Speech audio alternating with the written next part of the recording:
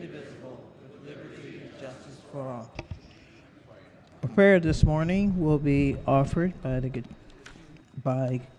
Gentlelady representing Prince George's County.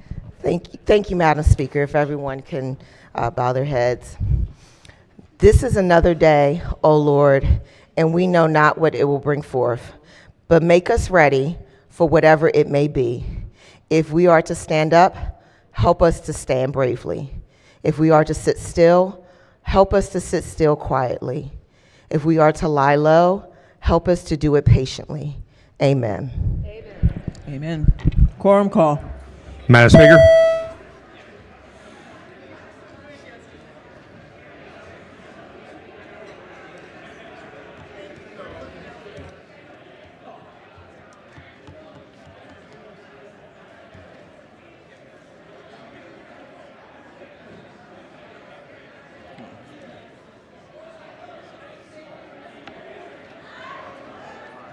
Has everyone recorded their presence? If so, the clerk will take the call. There being 127 members present, the House is now in session. Clerk will read the journal from the previous day. Annapolis, Maryland, March the 12th, 2024. Recognizing the Deputy Majority Leader. Thank you, Madam Speaker. Moves so much be considered the reading of the journal. So ordered, petitions, memorials, and other papers.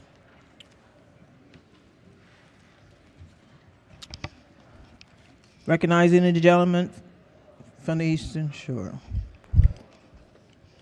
Thank you, Madam Speaker. Permission to use the delegate's name. Permission granted. On behalf of delegates Jay Jacobs, Jeff Grice, and myself, I'd like to take the pleasure to welcome the Kent Island High School boys lacrosse team, the winners of the 2023 2A Maryland State Boys Lacrosse Championship.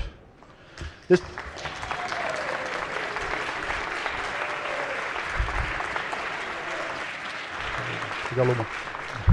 is the second straight championship for the Buccaneers and their fourth overall, when the 2014-15 squad also won 2 straight championships.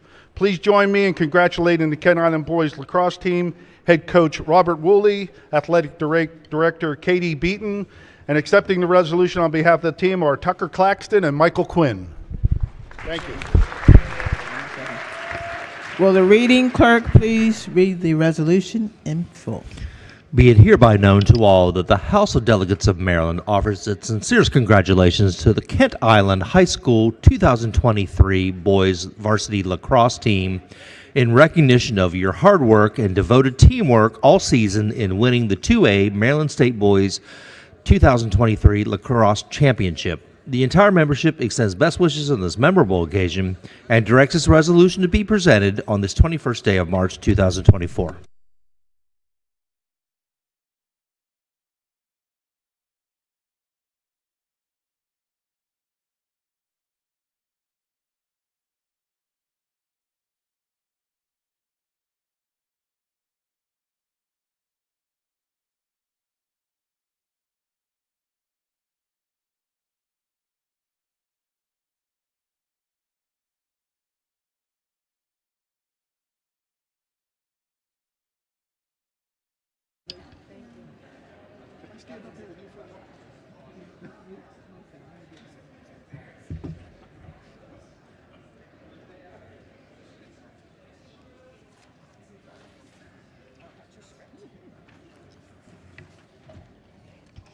Quorum call.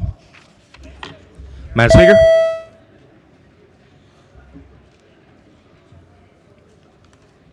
Clerk will take the call. There being 129 members present, the House is still in session. Calendar of third reading, Senate Bills number 1. Clerk will read the bill. Senate Bill 360, Budget Bill Fiscal Year 2025. Is on third reading and final passage. Is there any debate? Are there any amendments to the bill or to its title? If not, the clerk will call the roll. Madam Speaker.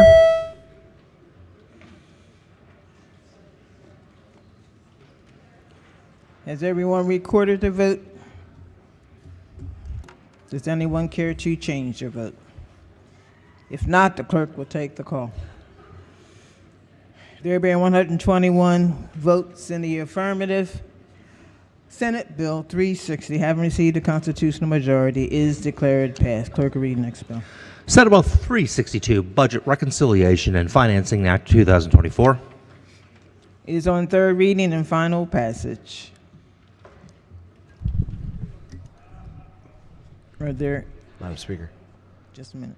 Are there any amendments to the bill or to its title? Is there any debate? The minority. Thank you, Madam Speaker. Briefly, I appreciate the work of the Appropriations Committee. As people said yesterday, it is a daunting task to try to put 55 million jigsaw pieces together and make a puzzle. Myself and others will vote against the BRFA today because of the significant tax and fee raises contained within that document. We want to continue to work together as one Maryland to advance policies that will help us meet our budgetary needs, but we have serious and grave concerns about doing so on the backs of middle-class folks buying, trading in, registering vehicles that they need to use to be able to get to work, to get to the hospital, to take their kids to school. And there can be very little doubt that under the terms of this BRFA, if fully adopted, their everyday living costs, which we bemoan here in the General Assembly consistently about our incredibly high costs of living and how difficult it is for people in the middle class in particular to make it in Maryland, we are going to add to their costs with the application of this BRFA. It's not intentional, it's not mean-spirited, but it's a fact. And as a result, myself and I'm sure others will vote against the BRFA today on that basis. Thank you, Madam Speaker. Okay. Gentleman from Baltimore City. Thank you, Madam Speaker. I rise in support of the BRFA. Colleagues, we often invoke the statements and phrases of our governor in the arguments that we make on this floor. There's one in particular that lives rent-free in my head. That is that this is going to be Maryland's decade. But in order to be Maryland's decade, it has to be Baltimore's time. And a thriving and vibrant Baltimore is what will lead to this truly being Maryland's decade. Yesterday during floor debate, our colleague from Southern Maryland asked a question when specifically talking about the transportation investments that we make. And I will just say that there are a few areas in which the sentiment that this will be Maryland's decade are as manifest as the investments that we make in our transportation system. The question that was asked is, how many people actually ride this system? How many people actually use these services? Well, that is an excellent question. Now, as the Vice Chair of the Transportation and Environment Subcommittee on Appropriations, I have the benefit of delving into these numbers, and so I have them for you. It would surprise you, it might surprise you to learn that in calendar year 2023, a year in which we're still recovering from the pandemic, there were 3.4 million rides on the light rail system. There were 4.2 million rides on the Baltimore Metro system. And there were over 20 million rides on the core bus system in Baltimore City. It might also surprise you to learn that of the total toll revenues that we generate in the state of Maryland every year, nearly 50% of those revenues are generated at the toll facilities in Baltimore City. That is who rides the system, and that is who uses our roads. And that is why the investments that we make in our transportation system are so important. And those investments are reflected to me in our BRFA, particularly on page 97, which reflects the intent of where the uses of the additional revenues will go. I see places like restoration of highway user revenue, which we all use throughout the state to improve the roads and bridges and highways in our jurisdictions, but particularly in Baltimore City, where we have the burden of improving and maintaining those roads solely without the assistance of the State Highway Administration.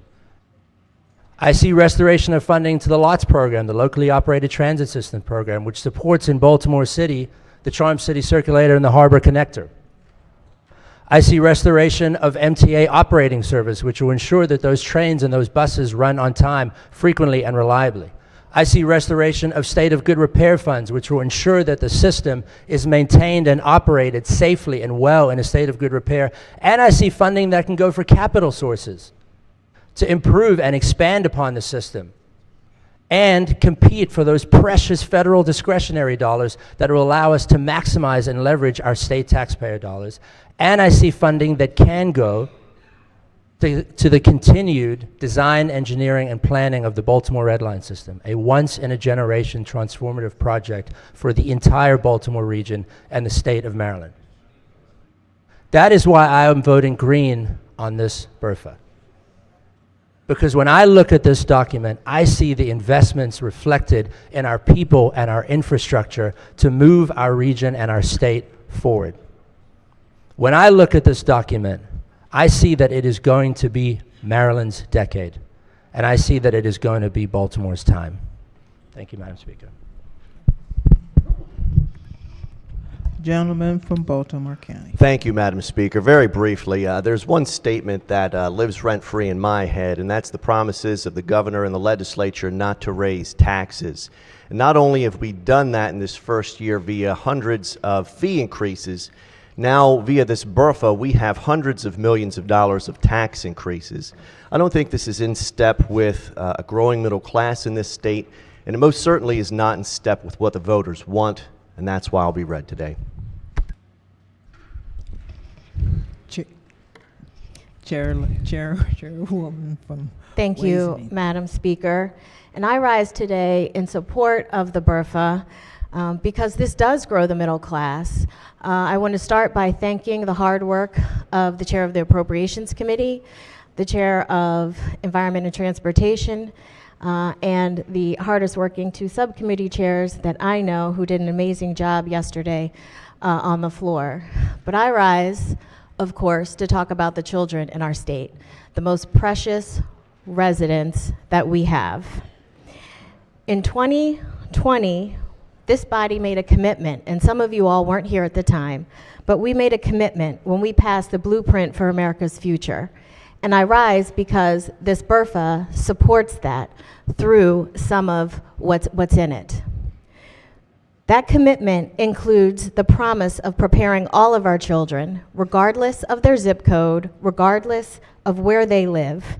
It promises that all 3- and 4-year-olds will get a pre-K education. That commitment includes a promise to our teachers in all of your jurisdictions, to get the pay that they deserve. My mother, literally actually 2 days ago, sitting at the counter in my kitchen, who's a retired 30-year teacher, said to me, "I like what you all are doing in the Blueprint because you are professionalizing teachers and you are giving teachers what they deserve." And she's retired. She's been retired for 10 years. This includes a commitment to providing students and families with the supports that they need through our community schools. This is not an easy task, and it's not an inexpensive task, but it's a promise we made to the children in our state.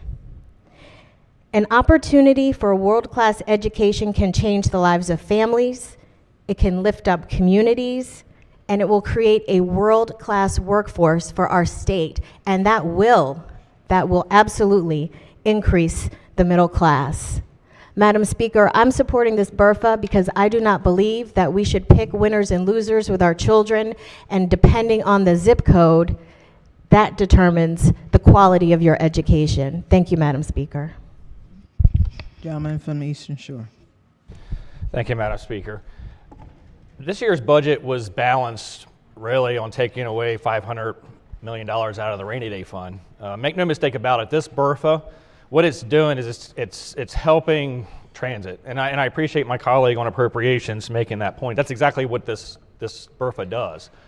WMATA's in big trouble. They've been in big trouble for a long time. I've been doing this, this is my 10th session. I don't know how many times we come back to the legislature, we pass bills to help bail WMATA out, and we're doing the same thing yet again. And let's focus not on rides, let's focus on riders, because that's what really matters. Fewer than 5% of Marylanders use transit. Let me repeat that, fewer than 5% of Marylanders use transit. 100% of the people who use cars pay 100% of their operating costs to use cars. They pay for their car payments, they pay for their taxes, they pay for their gas, they pay for their insurance. They don't get help from the government to do that. We've reduced fare box recovery. I'm going to remind everyone who doesn't know what fare box recovery is. That's the amount that users of transit that they pay into the operating costs. I think that WMATA has the highest. I think they're a little bit closer to 20%, but everything else is less than 15%. Let's talk about fairness. The folks who are using transit aren't paying their fair share. And if we pass this BRFA, they're going to pay less of their fair share. Because this is a backdoor way that we're going to now use the folks who are using tolls to help subsidize transit. Where before we were just using gas taxes, we were using other modes of transit to pay for it. Now we're going to use our tolls to help pay for the operating costs of transit. That's all this is doing. This is the reason why I'm voting against the BRFA. This is the first time I voted against the BRFA in 10 years, and I will be doing so today. Thank you, Madam Speaker.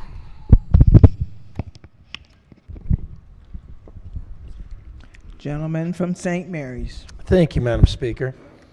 I rise to oppose this legislation because what this legislation is the largest tax increase in Maryland history, especially after so many people said, oh, we're not going to raise taxes. We don't have to do that. It was just a couple years ago that we had a $5 billion surplus, and now we're seeing major tax increases. And what's driving this is mass transit. Mass transit is bankrupting the Transportation Trust Fund.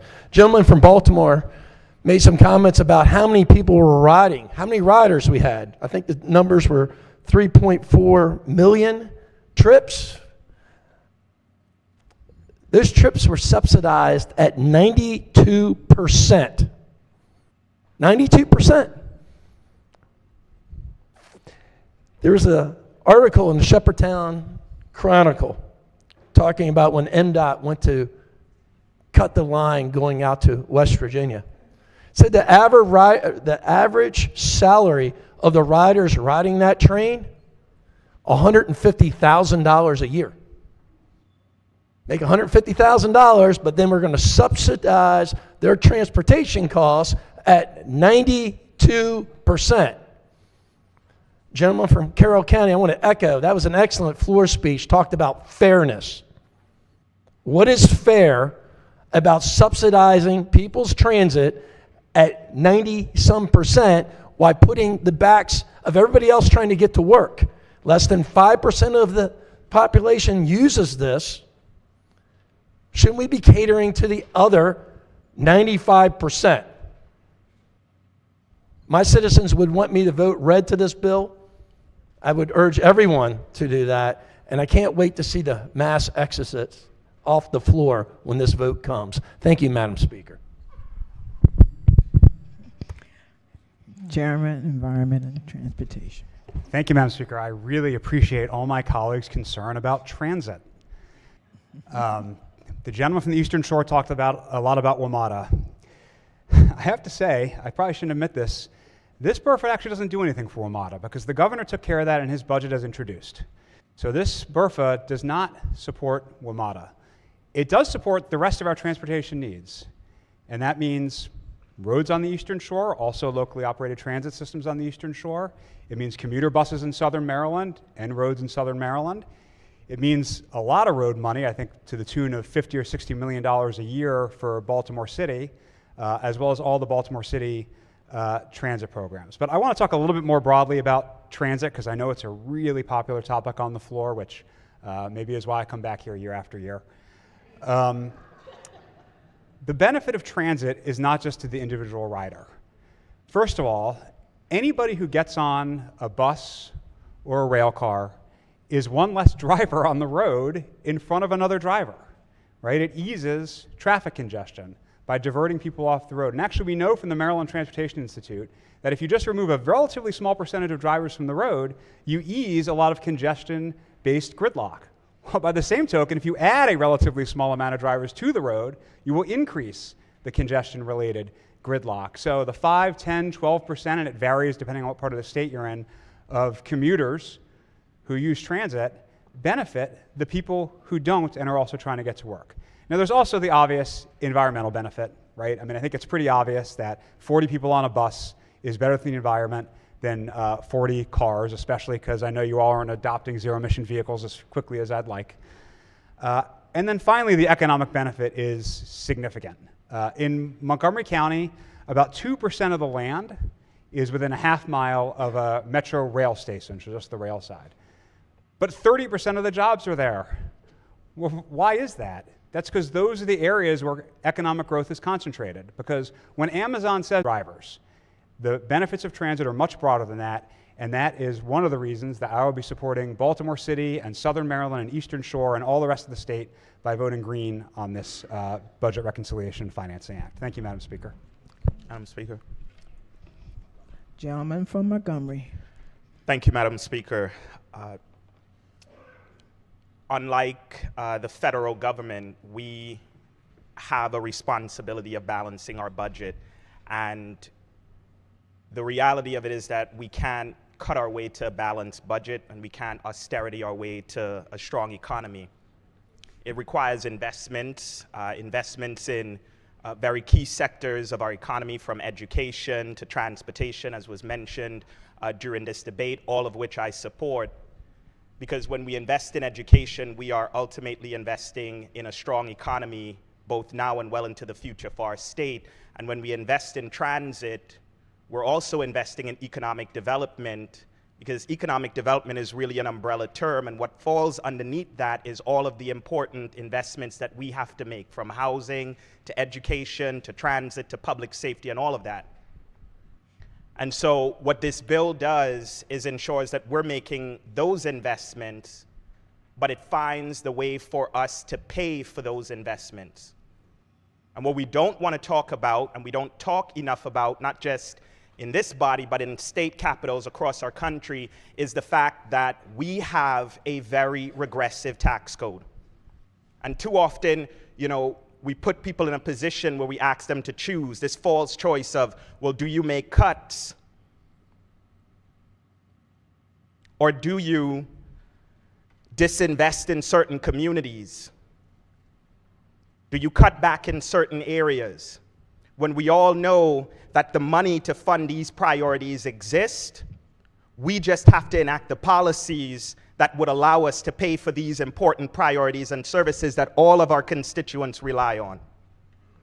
And that's in this BRFA. It includes combined reporting. Maryland is one of 42 states that tax the 1% less than we do working class folks in this state. We also do not ask corporations who should and can be paying their fair share to do so. And so money, millions that we would otherwise be getting every single year into state coffers, we do not. And what does that mean? It means that the very important services from the roads in your district don't get funded. The schools, the blueprint that we all agree needs to not just pass, but be fully implemented, that doesn't happen. The housing that we all desperately need in every single corner of our state, that isn't invested in. But the money exists. We just have to find the political will and the policies in order to enact that, and that is what is included in this BRFA. And so I'm happy to see combined reporting, because it's been too long that we've been deliberating on whether to pass combined reporting so that corporations that do not pay their fair share in our state, that operates in other states, that owe us, that otherwise would owe us millions of dollars and not paying it, we are saying no more. That's how we're paying for this. I heard my colleague opposite talk about, subsidizing transit, etc. What about the folks we've been subsidizing for so long, the wealthy, the well-connected, and corporations at the expense of working class people? We talk about transit and folks in transit paying their fair share. I heard my colleague opposite also mention that. What about folks paying their fair share as far as taxes? The money exists to pay for all of these priorities. Taxes are what we pay for a civilized society. Those aren't my words. Those are the words of a very prominent conservative. Taxes are what we have to pay. This is the job. This is what we have to do. And so all of these priorities we can fund if we're willing to pass that legislation, and that is included in the BRFA. And so I'm glad we're funding all of the priorities that I hope we all agree are important to each of our constituencies, but in this bill includes a funding mechanism, and it also does it in a way that is fair and is progressive, especially as it relates to combined reporting. And so I'll be proudly supporting the BRFA because I recognize it not just funds the priorities in my district, but each of your districts as well, but it addresses a problem that none of us have been willing to talk about, and that is we have a regressive tax code. We have people who aren't paying their fair share, from corporations to the wealthy few, and it is time that we start going after that revenue and that funding mechanism so that we can pay for these important priorities rather than talking about cuts, rather than talking about austerity and all of these things. The money exists.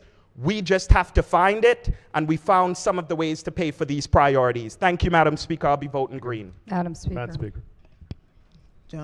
Gentleman from Cal. Not working. Thank you, Madam Speaker.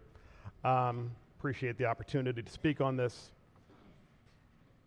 I guess we just heard a recitation of the Communist Manifesto. That was interesting. That was interesting. Very interesting. Gentleman has something he wants to say regarding. I'm saying it. I'm saying it. Can you get? You know who is cutting? You know who's cutting their budget? Every single person in the state of Maryland because of inflation. That's who's cutting their budget. And this bill takes more of their money in addition to how inflation is cutting into their budget. I'm hearing it every day from the citizens of Calvert County. In Calvert County, people, no matter what background they come from, whether they're doing, whether they're upper income, middle income, or low income, they are affected by the inflation that has been forced and thrust upon them by the overspending at the federal level and at the state level. And they're tired of it. And I know you're hearing it through your emails. I know you're hearing it. It's not just people in the Republican Party are hearing it, people on the left are hearing it too. That the citizens of Maryland are having difficulty making ends meet because of inflation, and they're asking, when is it going to end? And then on top of that, there's this bill, which is the largest tax increase in Maryland's history. So spare me the recitation of the Communist Manifesto. It's time to put the power back to the people where it belongs and limit the size of government once and for all. I'm a no on this bill. Thank you, Madam Gentlelady from Baltimore County. Thanks, Madam Speaker. Could I get the floor leader to rise for a question, please? Chairman of the committee. It's on third Morning. reader. We've had questions on second reader, but I'm happy Yes, to so perhaps I'm entertain a question. And I would make a request while we're talking about reading the budget. Madam Speaker, I remember when you used to put a copy of the budget and the BRFA on each of our desks, and I couldn't get the print shop to print it for me initially. I would make a request that next year at least put 25 copies in the lounge for those of us that It's would on the like floor to read system, it. Delegate. I'm sorry? It's on the floor system. Yes, but it's difficult to read through. You could have your staff, like I do, print it out for you. I did, and like I said, the print shop initially told me they weren't going to do it, but we got it fixed. Good. So my question is about the BRFA, because we're on that. The two new novel taxes in here would be the Uber Lyft tax and the Amazon tax.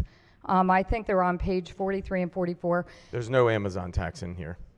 Well, it is, the delivery tax.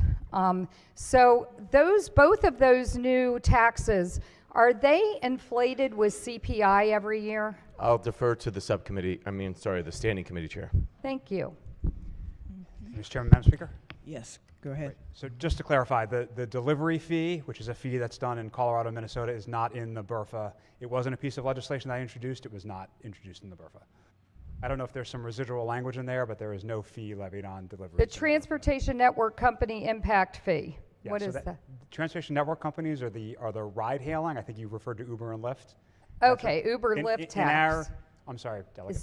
So that's what's in here, not the delivery fee. That's separate. In our statutory language, those companies are called transportation network companies. As I mentioned yesterday, under the bill the now Senate President introduced 10 years ago, we created a local fee for those. That's the language transportation network company. This expands it to a statewide fee as well. Okay, so this, but if I'm reading it correctly, and I appreciate you taking the time to explain this to all of us, it looks like it's going to be adjusted for the CPI annually.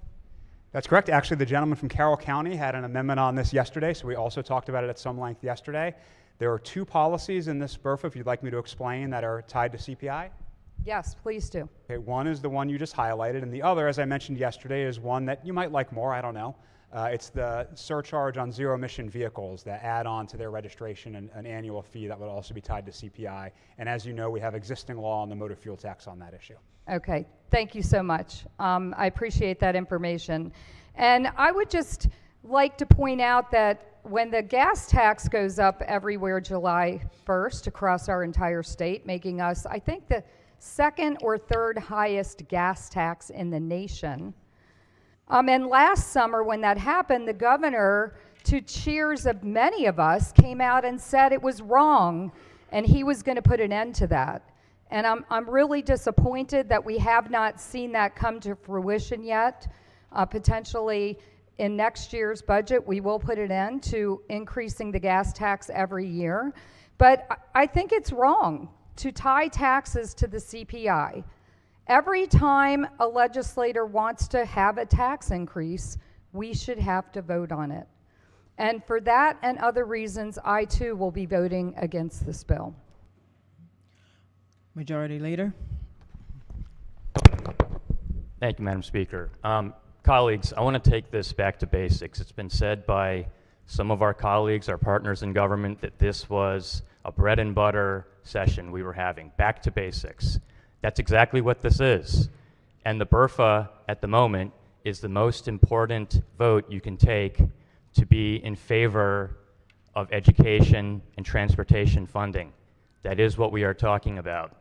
So I want to take you back to some of my pre-session reading materials. Some of you might have caught it also. Our comptroller released a State of the Maryland Economy report. It said quite a number of things, but one of the things it was concerned about was our private sector competitiveness. That should be something that all of us are concerned about. But it went into detail, quite a bit of detail, about exactly what that looked like. So I want to flag a few things. The E&T chair did a very good job of explaining, we're both from Montgomery County, and so I'll just put a fine point and highlight it once again. When we had a real live battle for a Fortune 500 headquarters under our last governor, a Republican governor, the criteria for competition were very clear. And who we lost to and why, also pretty clear. The chair of appropriations said it the other day in debate. Companies don't move to states that don't invest in themselves. And so we put our best foot forward, and all of a sudden, the GOP administration was asking for multi-billion-dollar transit investments, an assurance of workforce investment and connectivity in the region with BWI and our ports. And these were the things that our GOP governor thought were important to put forward to make us economically competitive, open for business, as he said. The other details in this report, we have lagging workforce participation rates. I don't have to tell anyone this. Small business owners have complained about this, the difficulty in getting workers. You've heard it from the state agencies, the police, everybody is having difficulties with workers. We have 3 vacancies at least for every job, for every worker in the state. So our companies are not operating at full steam. The workers are not there. What's one key problem? Women, 18 to 35, leaving the workforce or declining to join the workforce. This is a duh moment. Why do you think that could be? We have some of the highest childcare costs in the region. So there was a fee proposed, and I didn't hear the minority party complain too much about it. It was a childcare fee. Among the first fees proposed this session was for people who couldn't afford childcare and to make them be the first to pay when we hit this downturn. And again, I did not hear complaints about this fee. So this is where we are, trying to restore our economic competitiveness through transit investment and road investment, safety, and investing in our workforce. We've put our best foot forward to try not to put broad tax and fee increases on the table. Everything is surgically aligned with a very specific reason. Some of these fees haven't been revisited for years. The minority leader himself at one point said, if only these user fees could be made to pay for the programs they're supposed to support. That's what we've done. So please, let's put our best foot forward for the state of Maryland. This is a bread and butter session. Let's keep the trains running, the roads paved, the sidewalks cleared, the schools open, and let's try and help our workers and our economy. Thank you, Madam Speaker. Gentleman from Caroline. Thanks, Madam Speaker. I wanted to spend a little bit of time on the economic competitiveness piece the majority party leader just spoke to. And a lot of the conversation today has been around transit, and that is a really important debate to have. But we've glossed over, with the exception of my friend and committee mate from Montgomery County, the combined reporting piece.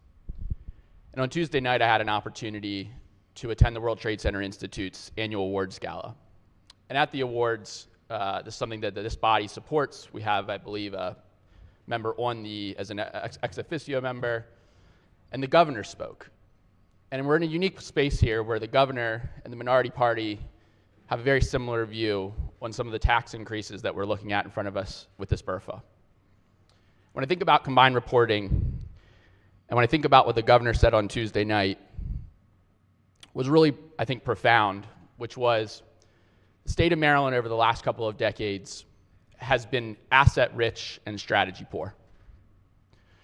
Asset-rich and strategy-poor is reflected when we are discouraging international companies, companies from other states, from investing their dollars to bring talent and hire talent within the state of Maryland. At the awards, there were two businesses that were recognized for employing hundreds of individuals in the state of Maryland. One's a national defense contractor that is a big advocate for the United States, but they're owned out of France. Another, you probably are familiar with, is LifeStraw. They're based out of the Netherlands, I believe. But locally, they have a business that does what Marylanders believe in, which is they started as a not-for-profit for a third world country trying to deliver clean water, and found an ecosystem in travelers and hikers and outdoorsmen, and a way to use a for-profit strategy to drive a nonprofit mission. So those companies, they believe in what Marylanders believe in. They've come and they've invested here. And we want to find and encourage more companies like theirs, like the governor said, to come and invest in Maryland. When we put tax increases and policies in place like combined reporting, we discourage that practice. And it's not just about those companies, it's those employees that work at those companies. The engineering defense contractor pays hundreds of thousands of dollars to different employees. They have employees across the workforce that are what? Tax-paying Marylanders. And so I think it's just really important to understand, as the majority leader spoke about, which is this BRFA goes beyond just transit. There are other things that it does that will hurt Maryland's competitiveness in the market. And so again, I just want to conclude, and first off, I want to thank my appropriations colleagues. I have a great relationship with the majority party. We disagree on how to go about building this budget and building this BRFA. But I just wanted to add that in and recognize the governor's comments that if we don't change to being asset rich and go to asset rich and strategy rich, we're going to continue to hurt Marylanders. Thank you. Gentleman from Hartford. Thank you, Madam Speaker. I rise in opposition to this legislation, and I want to piggyback off my colleagues' comments a little bit. So one of the things that's been affecting my community, Hartford County, we represent Aberdeen Proving Grounds. I grew up in Aberdeen right off of APG. My first jobs was at the MWR there at 14, at the museum at 15, and on the base is actually where I met my first group of Marines that inspired me to join the Marine Corps. And then in the 2000s, we had what was called BRAC, the Base Reconciliation, at the federal level. And in Hartford County specifically, we made tremendous investments into infrastructure, anticipating we would receive a great number of jobs into Maryland as a result of this. Well, unfortunately, that didn't happen. And we've been getting a number of briefings on the next round of BRAC, which is coming. And some of the most important areas that the military and the federal government considers is quality of life for veterans, their families, citizens, and companies when looking to bring these government contracting jobs here to Maryland. I know Alabama was referenced recently. Well, right now, on a regular basis, our biggest competitor at Aberdeen Proving Ground for these very valuable jobs is Huntsville, Alabama. You go to Huntsville, Alabama, you walk in the airport, you're very aware they've embraced the military community in these jobs. You're very aware they've created an economic climate to encourage these jobs. You become very, very aware that they want this business. And they have representatives on a regular basis coming to Aberdeen and picking off our government contractors. It's happening constantly. We're seeing significant downsize of footprints for these government contractors, right? Now, because of the mission and the proximity to DC, they're gonna leave a flag here, but they're moving the base of their operations and their headquarters to Huntsville, Alabama. And this is problematic. And fortunately, one of the things I am proud of this session is we have passed a large number of bills dedicated to improve our BRAC score, from supporting our veterans, their families, work. So we are doing a number of things on a piece of the puzzle to improve our BRAC score, to make sure we try to be a winner the next time around. I'm grateful for the work of particularly the ENT committee on passing a lot of these important pieces of legislation. However, when we increase fees, we increase taxes, when the next round of BRAC comes around, they're going to be measuring what Maryland's climate is for citizens, for retirees, for veterans, versus other states. And I've seen, we were actually briefed, the Veterans Caucus was briefed on the Air Force's BRAC formula, which all 6 services will be adopting in the next couple of years before the next round of BRAC. And unfortunately, this bill does a lot that's delineated in the military's BRAC evaluation to put us on the wrong side of that math. So with that, I'm grateful for all the work for the committees and the legislative staff, but I will be voting no today. Thank you, Madam Speaker. Gentleman from Baltimore County. Madam Speaker, there's no doubt this is the toughest vote in 10 years that I've ever taken. But I've seen, colleagues, I've seen the backbones, the bare bones of this budget. And the transportation, I've heard the transportation secretary, and I've heard the MTA, I've heard them all. But ladies and gentlemen, we have kicked the can. This has been a term that I've used all session long. We have kicked this can so many times. How many times are we going to kick the can and not fix it? And I mean to tell you, ladies and gentlemen, that when we take this vote, I take this vote very, very seriously. And I do it because I feel there's too much good in it. My area, for 10 years, has had a bridge that they told us was going to be fixed 5 years ago. And 5 years ago, they told us it don't have any money. Our area with the bridges are terrible. We need to fix the infrastructure. All over this state of Maryland, we're going to be good roads and taken care of. I had a real treat the other week. I had a personal appointment with the governor. and I read his heart. I think he read my heart as well. But I need to tell you, sometimes you have to stand for something or you'll fall for anything. I also believe, ladies and gentlemen, that if we take this step now, that's better than taking it 5 years down the road and kicking the can again. So I'm voting for the Bertha. Any further debate?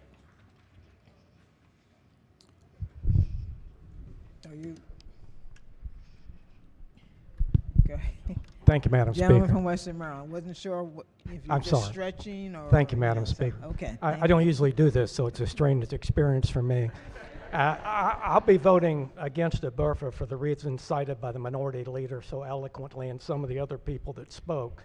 But I do want to go on record as saying that I strongly support increased funding for transportation projects and for shock trauma. Thank you, Madam Speaker. Thank you. Gentleman from Baltimore County. Thank you, Madam Speaker. I just wanted to make a couple more brief comments today. The majority leader talked about the competitiveness of our state. I used to work for a great business called Worthington Steel. It's where I saved up enough money to purchase my first home. Really great business for a young man to work at. Dirty, dangerous, but for a lot of people in eastern Baltimore County, that really was the bread and butter. A few years after I left, Worthington Steel left Maryland, and they said, we can actually make steel. We can make steel in Ohio and deliver it to Maryland cheaper than we can make it in Maryland and deliver it to Maryland. And that's because our state is radically non-competitive as far as bringing businesses here. We don't have businesses such as Marriott and Northrop Grumman in our state because we're competitive. We have these businesses because we've cut them a giant tax credit. To be fair with the Amazon deal, what we didn't do in reflection of attracting that business to our state, what we didn't do is say, what can we do to broadly make our state more competitive? What we did is we cut them what would have been the biggest tax credit aimed at a single business in the state's history. Second point I want to make is, for my time on appropriations, Mr. Warren Deschanel used to say in a moment of clarity that we should abolish BRFA-based budgeting. The BRFA is in response to some kind of disconnect with our budget. He always used to say, this isn't the way you should budget. You shouldn't budget reflection and reaction. You should spend what you need to based on what you need. We've talked about kicking the can down the road. Since I've been here, the state budget has almost doubled. We're talking tens of billions of dollars in new spending. And we could easily reconcile what we need to do to address the needs that we have. But what we keep sticking ourselves in is spending, which is skyrocketing through the roof. You hit the ceiling, you say you have a limit, and then we need to raise taxes. And it never ends. It happens year after year after year. And we're talking tens of billions of dollars that we're taking out of the economy, taking out of the budgets of working class families. So I don't think what we're talking about is real here. I don't think we should be using BRFAs every year to fix our budget. And I surely don't think that the biggest tax increases in state history should be done via the BRFA process. That's why I'm a no today. Chairman of Appropriations. Thank you, Madam Speaker. First, Madam Speaker, let me thank you for your leadership during this process. I also want to thank our chairs, our standing committee chairs, for their tremendous leadership and the work of your subcommittees in this bill. The gentleman from Baltimore County mentioned that this was a difficult vote. For everyone, I think, on this floor who's voting for this bill, I believe we can concur that this is a difficult vote. No one likes fees.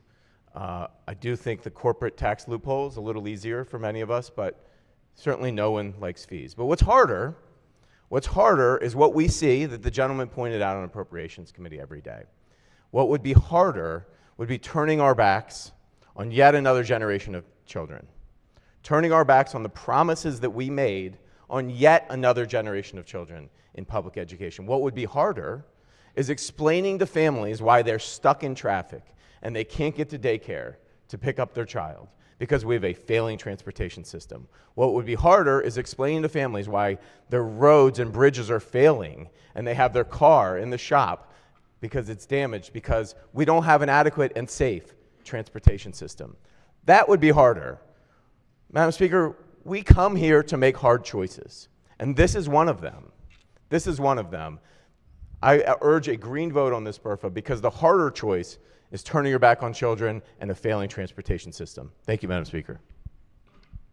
Is there any more debate? If not, clerk will call the roll. Madam Speaker?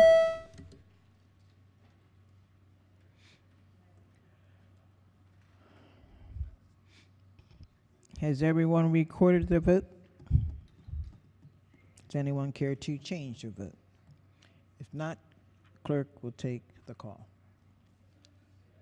There being 89 votes in the affirmative, Senate Bill 362, having received a constitutional majority, is declared passed. Madam Speaker. Gentleman from Anne Arundel. Madam Speaker, I'd like to do a green vote on Senate Bill 360. My button slipped on my hand, and I'm also colorblind. Thank you.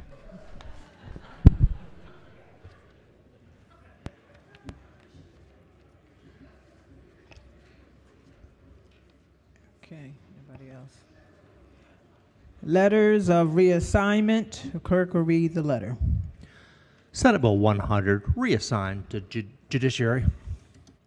Hearing no objection, the letters are ordered journalized.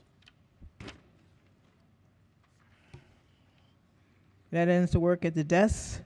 Committee announcements, appropriations. Thank you, Madam Speaker. The appropriations will briefly meet in the rotunda for a quick vote after session, immediately after session. Judiciary. Thank you, Madam Speaker. Ladies and gentlemen of the House Judiciary Committee will have bill hearings at 1 o'clock today. Environment and Transportation. Thank you, Madam Speaker. The House Environment and Transportation Committee will have bill hearings at 1 o'clock, followed by a voting session. Ways and Means. Thank you, Madam Speaker. The Ways and Means Committee will meet at 1 p.m. for bill hearings. Economic Matters. Thank you, Madam Speaker. The House Economic Matters Committee will not be meeting today. Health and Government Operations. Thank you, Madam Speaker. Good morning. The Health and Government Operations Committee will meet at 1 p.m. for hearings, followed by a voting session. Thank you. Any subcommittee announcements? Okay, hearing none. Any delegation announcements?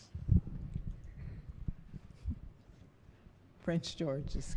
Thank you, Madam Speaker. The Prince George's County House delegation will meet tomorrow morning at 9 a.m. via Zoom. Baltimore County. Thank you, Madam Speaker. We didn't get all of our business done at yesterday's very important meeting, so we will continue tomorrow morning at 9 a.m. on Zoom. Okay. Baltimore City.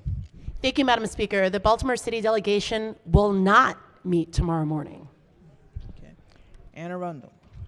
Thank you, Madam Speaker. The Anne Arundel County delegation will meet on Zoom tomorrow at 8:30 a.m. 8:30. Okay. Anybody else? Any caucus announcements? Hearing none. Madam Speaker. Yes. Women's Caucus. Good morning, Madam Speaker. On behalf of the Women's Caucus, I'd like the members to congratulate the new officers for the Women's Caucus. Elected President, permission to use delegate's name? Permission granted. Thank you. President Delegate Dana Jones, First Vice President Delegate Michelle Guyton, Second Vice President Delegate Jennifer White Holland, Secretary Delegate Brooke Grossman, Treasurer Delegate Linda Foley, at-large members Delegate Kim Taylor and Delegate Jackie Addison. In addition, we were honored to have honorary members for the first time in the Women's Caucus. The honorary members are First Lady Dawn Moore, Lieutenant Governor Aruna Miller, and Comptroller Brooke Lehrman. Thank you, members. Any other caucus announcements? Okay. Women's History Moment. Recognizing the gentlelady from Montgomery County. Thank you, Madam Speaker. Colleagues, I want to begin today with the words of actor Felicia Rashad, quote, "When women come together with a collective intention, magic happens. Throughout history, women have come together despite threats of marginalization, ridicule, jail, and violence to fight for equal rights and the greater good. Like when Harvard University refused to give women access to education, a group of women formed the Society for Collegiate Instruction of Women in 1892 so that women could take classes from Harvard faculty, and in doing so help pave the way for Radcliffe College and women's college and universities for decades to come. Or when, during World War II, a group of 6 women together worked on programming one of the first electronic computers, also known fondly as the Electronic Numerical Integrator and Computer at the University of Pennsylvania's Moore School of Electrical Engineering. And in doing so, pioneered the field of computer programming and made significant contributions to the development of early computing. Or more recently, in 2012, when mothers came together to form Moms Demand Action to advocate for gun violence prevention and gun safety measures by helping to pass laws in our state and in our country. So this Women's History Moment is a celebration of authentic female friendships and bonds both inside and outside of the limelight that have shaped and continue to shape the arc of history. As a woman's woman, I know the same bonds are also present in this body and are a source of pride and joy for its members. Sisterhood is powerful. Sisterhood makes history. Thank you. Very nice.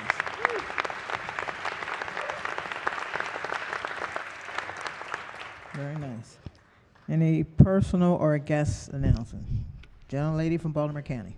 Thank you, Madam Speaker. Body, I hope that you'll join me in welcoming up in the gallery Angelica Nina, our awesome intern from University of Maryland College Park, Lily Norcadis, our former intern who's now interning on the Hill for Joni Ernst, Zach Wanuga, and of course our staffer Lee Appel.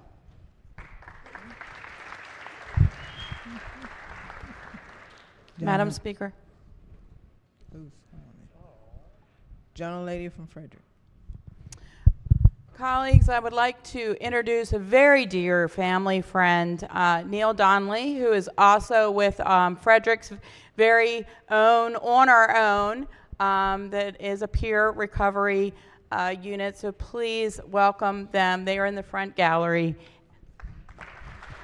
Stand up. Thank you. Gentleman from Prince George's. Thank you, Madam Speaker. Colleagues, if you could join me in welcoming Team Martinez to the floor, my interns, Tanishka and Alejandro, as well as my Chief of Staff, Derek. Thank you guys for all your work. Welcome to the House. Madam Speaker. Gentlelady from Montgomery. Thank you, Madam Speaker. Unfortunately, colleagues, I have some sad news today. I'm sorry to announce that longtime Senator Lawrence Levitan from District 15 passed away a couple days ago. He was elected to the House of Delegates in 1970, but quickly moved to the Senate in 1975, and where he chaired the Senate Budget and Tax Committee for many years. Please join me in expressing condolences to his family and friends. Gentleman from Baltimore City. Good morning, colleagues. Thank you. I'm feeling the love today because I have 2 guest announcements. First, I'd like you all to welcome with me one of my best friends, oldest friends from law school, my former law partner, and also a member of our, actually one of our constituents in the District 41, my good friend and colleague who's in the gallery, Andrew Saller, and his business partner, Eddie Suki. You can stand up, Big Sal. And then I also would ask you all to honor with me an organization that was founded in our state in 1989, an organization that is the keeper of black culture. I'm talking about the Griot Circle of Maryland, which has been very formative in my life. I actually was a growing griot back in the day, as you can ask my subcommittee chair of my storytelling skills. But I have with us today one of the very most special members of the Griot Circle of Maryland here with us today. She is a former president of the Griot Circle of Maryland. She's been a member since its inception, and she is indeed my mother. Martha Ruff is in the gallery. Would you please honor her in visiting us today?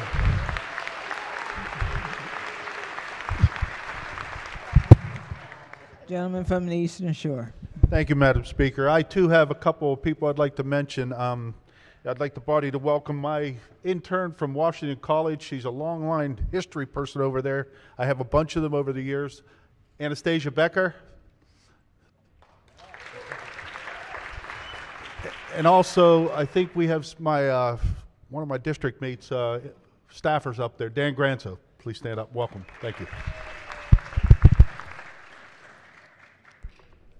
Gentleman from Baltimore County. Thank you, Madam Speaker. Colleagues, please help me welcome constituents from Legislative District 8 up in the gallery. Stand up.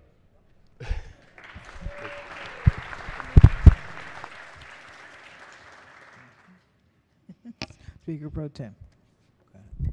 Thank you, Madam Speaker. Permission to use the delegates' names? Permission granted. Thank you. A couple days ago, delegates Cardin, Pester, and I were proud to announce that the Pikesville High School Panthers were the girls' varsity basketball team were the Class 1A state champions for the 4th year in a row this year. And so today we have the privilege of them being in the gallery. So please join me in welcoming them. And they were upstairs. And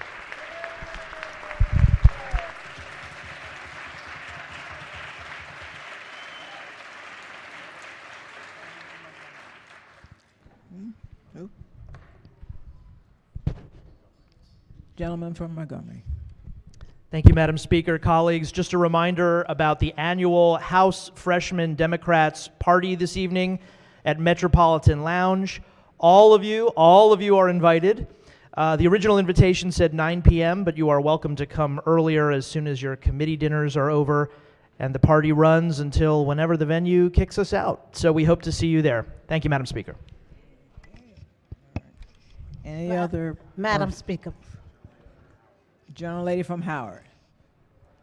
Thank you, Madam Speaker. I mentioned yesterday that we had some students from Talbot Springs Elementary here. We have a second group today, and they are both, a few of them are in the front gallery and some in the back, and we'd like to welcome these 5th graders who are visiting with us today.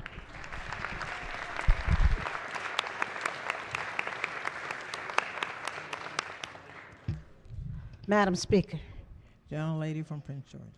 I have a wonderful guest, and that we call him the 142 delegate. My husband, second delegate, you know I can't count, I'm just 29. My husband, Carson Turner, has been here every single day for 14 years, I want y'all to know, and he has made it through the budget, the bills, everything that we have. I want you to know he's been sitting up there and he does not know that I am finally going to announce him. I want everybody in here to know Carson Turner, who loves this General Assembly and will be here to watch y'all until Sati die. My husband, Carson Turner, here you are.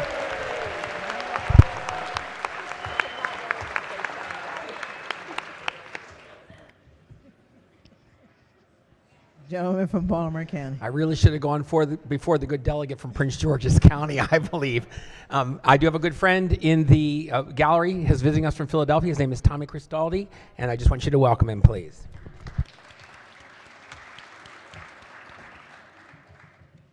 Any other personal or guest announcements?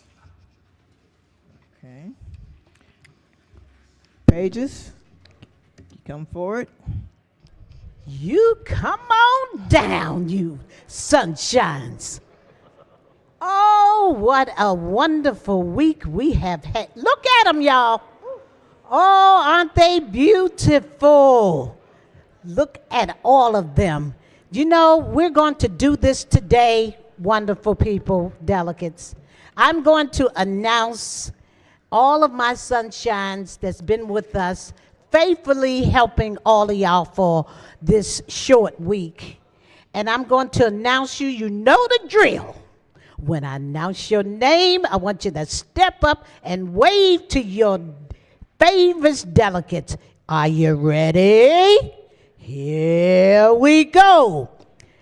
Clara Cabar, Baltimore County, District 42A, Harefield High School. Nico D'Orazio, Montgomery County, District 17, Thomas S. Wooten High School. Sherlyn Hall, Somerset County, District 38, Washington High School and Academy. Isoso E-Hill, Montgomery County, District 14, Paintbrush High School. The Khalees Lavon Myers, Harford County, District 34A, Edgewood High School. Stephanie Masico, Prince George's County, District 23, Boy High School.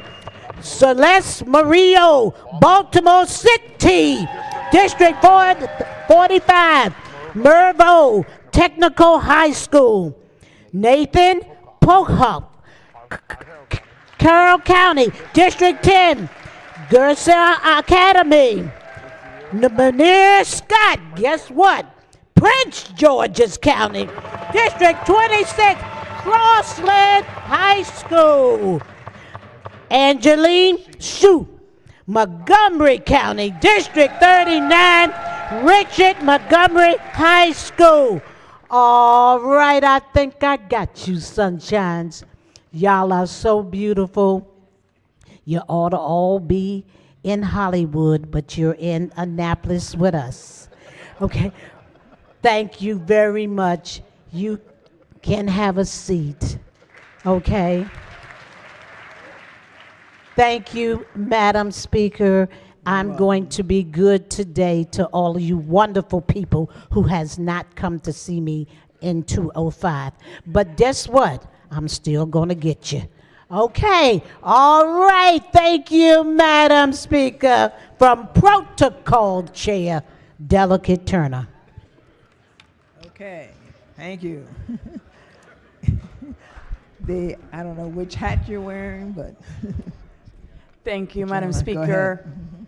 Thank you and good morning. Permission to use a delegate's name. Permission granted. Thank you, Madam Speaker. I would like the body to please give an amazing, loud applause to an amazing human being who is honest, hardworking, humble, balanced, and just very loving. She has a birthday coming up on Sunday. My Vice Chair, Delegate Bonnie Collison.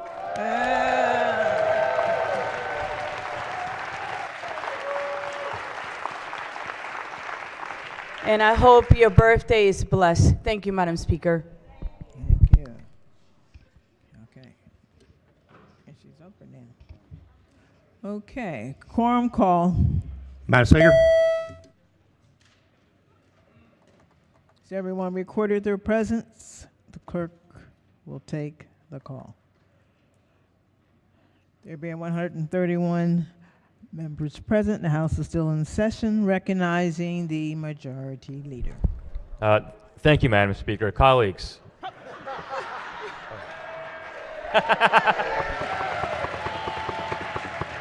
What's that?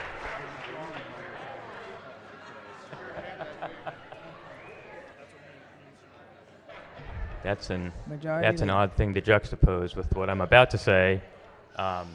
Colleagues, for a more serious moment, before we do recess, since we do have a member, we would like to have a moment of silence for former delegate Larry Levitan before we gavel out. So I move that the House stands recessed until Friday, March 22nd at 11 a.m. for a pro forma session, legislative date March 13th.